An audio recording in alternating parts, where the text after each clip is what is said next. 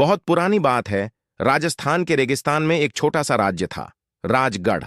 उसका राजा था वीरदेव सिंह, एक ऐसा राजा जो अपने न्याय, साहस और करुणा के लिए जाना जाता था। लोग उसे भगवान का रूप मानते थे। पर एक रात महल के अंदर से एक चीख सुनाई दी। राजा की छोटी बेटी राजकुमारी तारा अचानक गुम हो गई। सारे राज्य में हलचल मच गई।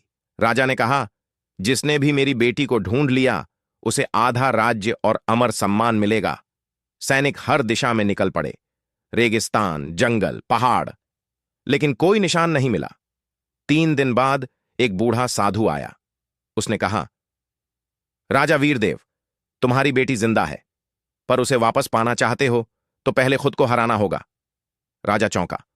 मतलब? साधु बोला, जिस राजा ने कभी गलत फैसला किया था उसकी परछाई आज तुम्हें सजा दे रही है। राजा को याद आया, कुछ साल पहले उसने एक गरीब किसान को गलत इल्जाम में फांसी की सजा दी थी, क्योंकि मंत्री ने झूठे सबूत दिए थे। उस दिन से उसकी अंतरात्मा उसे कचोटती थी। वो उसी किसान के परिवार के पास गया। वहां उस किसान की पत्नी थी, कमजोर मगर शांत चेहरा लिए। राजा ने कहा, मुझसे गलती हुई थी, मैं तुम्हारे पति का कातिल हूं।